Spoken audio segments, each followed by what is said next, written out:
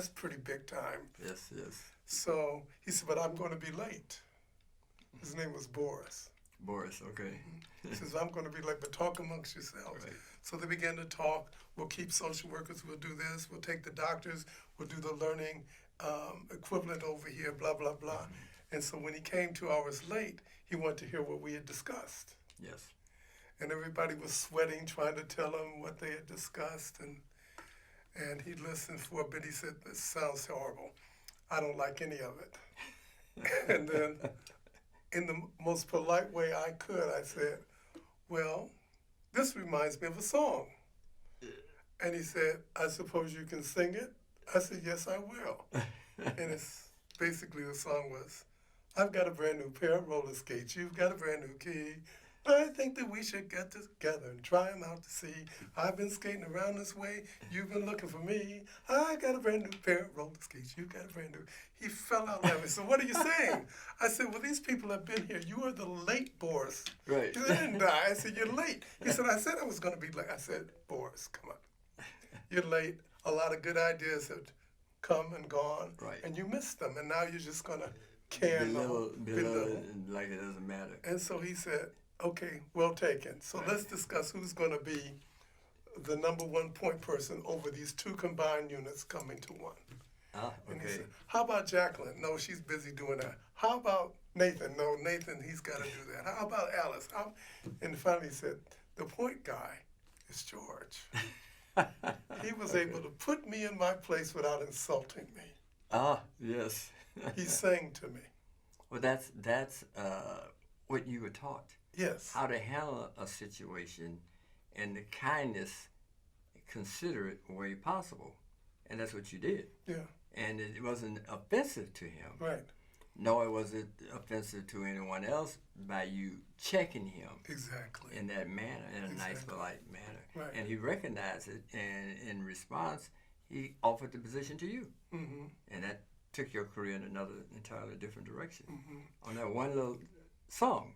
Right. Now, How this about is that something that you've not heard, but I'm going to share it. Okay. And I'm going to put it in its proper role, and I'm going to try to do it in a way that our audience can appreciate it. But I got a call. How did this happen? I got a call on my telephone, and this was a landline, so I'm on the phone. Okay. I said, the guy says, my name is such and such, and I'm the driver and chauffeur for your mentor. I said, really? Mm-hmm. He says, yes. And I'd like to talk to you about him. I said, really? He says, Okay. yes. I said, we should do that sometime. When are you available? He says, I'm available today. I said, well, do you know where I live? He says, I do. I said, well, when would you like to meet? He says, I'm on your porch. This is the beginning. Oh, landline though, but he had a cell phone. He had a cell phone. I'm on a Right. landline. Right. So I open the door. This person comes in, presentable enough. Yes. And I offered him a seat, and he began to talk. He said, I remember when you got the award, and the Board of Education and the YMCA sent you to Caracas to teach art and music Mm-hmm. in the camps. I said, yeah. And I remember when you graduated #1 in your class, and I remember we went to this concert you gave, and I drove your mentor here and there, Yes. and I took your mentor here and there. I remember when you went to Ripon College instead of Yale and Princeton, Right.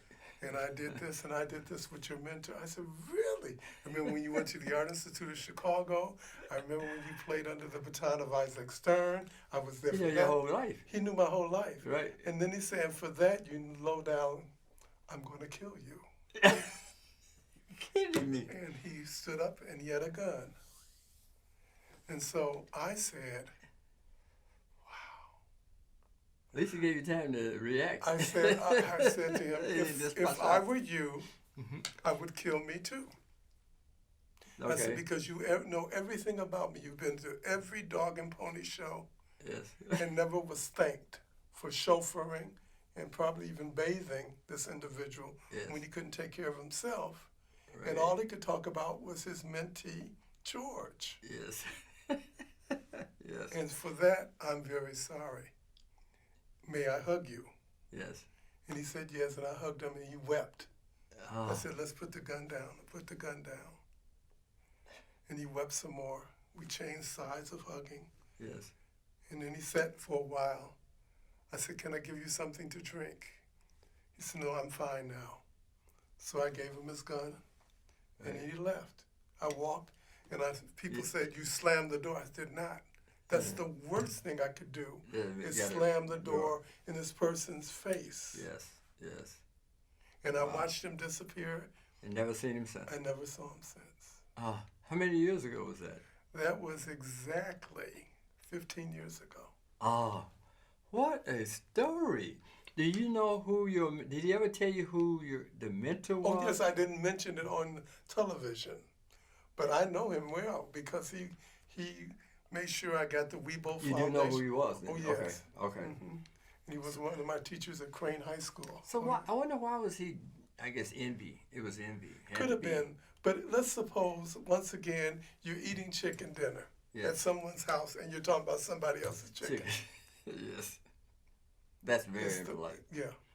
The other thing, and I blame it on technology, I was being honored at a small dinner. Okay. There was 8 of us. And I was the guest. Yes. And I won't say where it was, but every meal had to cost $300. It's sort of like the Sybaris Room or the Four Seasons. Right. And there was a man sitting, not with our group, and he had a 6-pack. I'm not talking about beer. Right. I'm talking about, you could see through his coat. Right. His physical form. Right. Had hair to die for. Right. Dimples. I always wanted dimples. Anywhere. He was groomed so beautifully. Yes. Unbelievable. The most beautiful man we'd ever seen. Right. Okay. The collective at my table, men and women, said, wow. Okay. But sitting across from him was the most beautiful woman we'd ever seen. Beautiful hair, beautiful nails, beautiful. But they were both on the phone. Yes. So we ordered our appetizer. They're on the phone. We ordered soup. They're on the phone. Salad. They're on the phone. We ordered our dinner. We finished our dinner. They're still on the phone. I said, I can't take it. They said, George, don't do it. Don't go ahead. I had to go over and said to him, you have a 6-pack. All the men want that. Right. He laughed. I said, and I just can't figure out how someone who looks like you, sitting across from someone that looks like her, right. haven't spoken to each other. Yes. It's all of this, the thumbs. And he laughed, he jumped up, he said, let me buy your dinner. I said, my dinner has been paid for. Right. He said, you're absolutely, I got to put this phone away. Right. But guess what?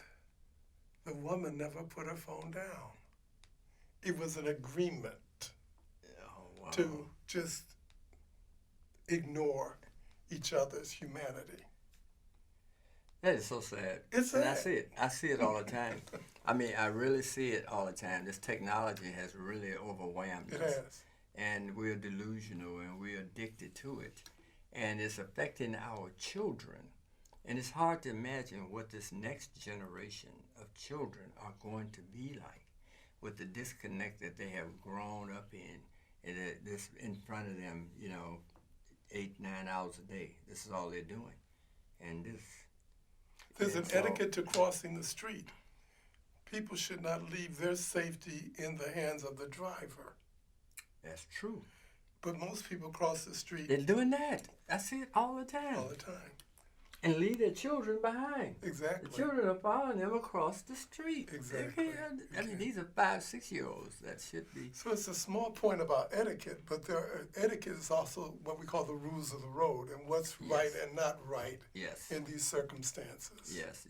It's tragic that we are surrendering for these so-called comforts, these technical comforts, our humanity. Mm-hmm. It's civil, it's part of what it means to be a human being, to be civil, and to have good manners. And you're disconnected from all of that. Exactly. When you're walking down the street and walking into people, and so on. Once we tried to, on the daily, we put together a sidewalk etiquette program. And we had some volunteers who were going to participate in educating people about sidewalk etiquette. Because the traffic flows, now you just clashing into People each should other. walk to the right. Right. You could, and they're clashing into each other. You doing all this down the street, right? Trying to prevent walking into someone. And now with the phones, they just walk right into you. Yeah. And then curse you out if you say something. Part of the time, I have an apartment in Switzerland, Okay. and I live there maybe a month, maybe 2 months out of the year. So I've been to Switzerland maybe 40 times in my life. Okay. And from Switzerland, I go to Italy and Northern Africa, Okay. Spain, Germany, Okay. England. But the Swiss, Most of those places you can drive to. yes, Right. but the Swiss are on time. There's Oh. only one time a day that is 3:03. Well, what time is that? 3:03. And so I remember years ago, Johan and Verena said, well, the bus will be here in 15 minutes. I said, okay, so I'm getting up. They said, where are you going? I said, I'm going to wait for the bus. They said, the bus isn't going to be here for 15 minutes. Right. And I had to get used to that. So we Okay. would leave. Let's say the bus is due there at 3:15. Yes. So we'd leave the apartment at 3:13, cross the street, and the bus would pull up. Right. Just how timely the bus was. Didn't jerk in. It's Right. always. So I got used to that. The trains, the plane, everything You runs like that. You can navigate where you're going because you know it's going to be a timely process. Exactly. You don't have to get there too early or too late. Yeah. Well, you can't get there too late, but you Yeah. got to get there too early. Right. So there's one particular day I get to the bus and we're on the bus and the woman's in the back and she's not saying "Wie geht es Ihnen?" She's not speaking German. She's speaking Swiss German, a Oh, okay. dialect. Okay. Like it bees like that. Right, right. The vernacular in the black neighborhood where I ain't taking this. Right. It was the vernacular. Right. And I said, why is she upset? He says, well, she said the bus left the Flughafen, the airport, 1 minute early. I said, oh, so she had to run for the bus. No. She was on the bus from the previous village. Okay. And so I said, so what's the problem? Right. He said, it's a big problem. Now he's angry. Everyone on the bus is angry. Yes. So I don't know where your viewers are, but if, let's say they're Chicagoans. Okay. Yes. So let's say we're at Roosevelt Road. Mm-hmm. By the time the bus driver got to Chicago Avenue, going north, Mm-hmm. he was met by the supervisor and says, you are relieved for the day. Because he's too early. He was 1 minute early. Oh, that is true. Back in our day, the buses were pretty timely. Exactly. You could pretty much judge where you need to be in order to catch that next bus. Exactly. But now, what we do is we just stand out in the cold and wait for it to come. To wait for it to We're come. disconnected from all that. Exactly. that But time. that's an etiquette in transportation. Yes. That's yes. the extreme. Yeah, especially public transportation. Mm-hmm. And now there's just no connection whatsoever. Like you said, I got to catch this bus. I'm gonna go out and wait for. I don't know what time it's gonna get here, or any of that. Mm-hmm. You're just gonna wait. Hopefully it's not too cold for you to stand out in the cold. But you're right, because even the jitneys. You heard of the Oh, jitneys? yes, you shared. The jitneys ran on time. Exactly. You know what time that jitney is? They're 10 minutes or 10 up 15 minutes. I can't remember now. If it's 10 o'clock now, in 10 minutes, that jitney is going to be there. So you can start walking, and there comes the you can see it coming. So, it's the same process that we don't have anymore in terms of maybe some people who are riding public transportation on a regular basis, maybe they are in tune to the schedules and how. And they people post on some of the major roadways, when the next bus is coming, Right, should arrive. right. But So you attribute your journey in life mostly because of your parents' training of Exactly. you than anything else. So parenting certainly is a major part of a child's life. And children know and observe their parents. Role model. The role playing. model. Role playing. And I had what we would call a gangbanger friend. Okay. I okay. won't give his name. Okay. but he was rough. He was rough, but right. we liked him. Right. And so my parents left me home alone.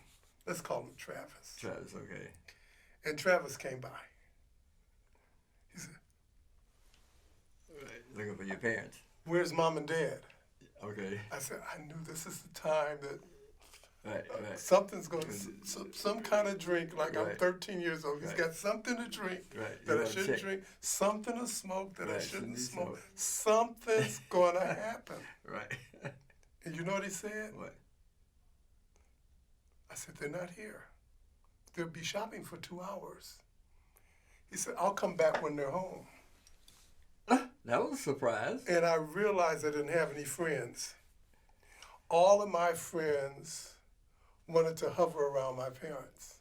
Ah, now The you rules. were a vehicle to them. Yes. Okay. So what do you think? Yeah, I know your father was probably a very jovial, friendly type of person. He talks to the young kids. He talked directly to young people. Right. And, He'd ask them what they're doing. right. He'd take a moment with them, and they loved that. They love that. Because even if they had a father in the house, in most cases, if you were part of the so-called lower class, you really didn't get that kind of attention from your father unless you were doing something inappropriate. And, You supposed to blah blah blah. and we should talk about fathers, because I always say to young people, I wish I was a dog. and they jerk. Yes. And the reason I say that is because you name the dog something that's honorable. Max, All right. Okay. King. King. Right. Now, that's some long name we can't spell. Right. No one can spell. Then, when the father comes home from work, can I come closer to you? Yes. The kids come over to Daddy and do this. Right. And they say, kids, I'm tired. I've been working all day. Right. Give Daddy a break. Right. The dog comes over. Let's Right. go for a walk. So this is the second. The dog went out at 7 o'clock with the father all the way to the park and back. Right. And now he's home for dinner. He's going all the way Right. around and back. And before bedtime, the kids can't even lead on Daddy. Right. And there are dog rules. Yes. The dog cannot come in the house. Okay, the dog can come in the house, but it can't sit on the sofa. Okay, the dog can sit on the sofa, but it can't eat on the sofa. Okay, you can get a dog a biscuit on the sofa, but the kids, plastic seat covers, Right. we're not taught, we're not loved, we're not embraced. Right. Daddy's tired. Right. Ask your mother. Right. Yes. And that's a disconnect, It's a disconnect. from the child and the family, especially both the girls and the boys. The girls need loving from their fathers as well as boys. Exactly. And the physical part is very, very important. Well, Mr. Manning, it looks like our time is up. We must have you back. No, you don't need to. Yes, That was I- boring, probably. No, you were great. You answered the questions, gave us some good insight on what etiquette should be for us and our viewing audience, and you certainly was simply an outstanding guest, and I'm very pleased to have you here. Thank you for the this honor of great time. being here. And we will invite Mr. Mannings back, guarantee you. And in closing, I text him late asking him, did he have a small piano, right? Unfortunately, he only had baby grands that, like 7 feet long or whatever. I've been to his home, and I think he got 3 or 4 of those.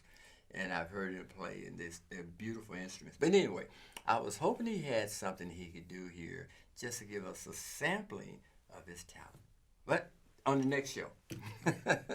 Well, with that said, thank you so much for watching us here. Let's Talk Etiquette on CAN TV, and we will return next week with another outstanding guest for us to have this great conversation with. With that, continue to enjoy your evening, and goodbye.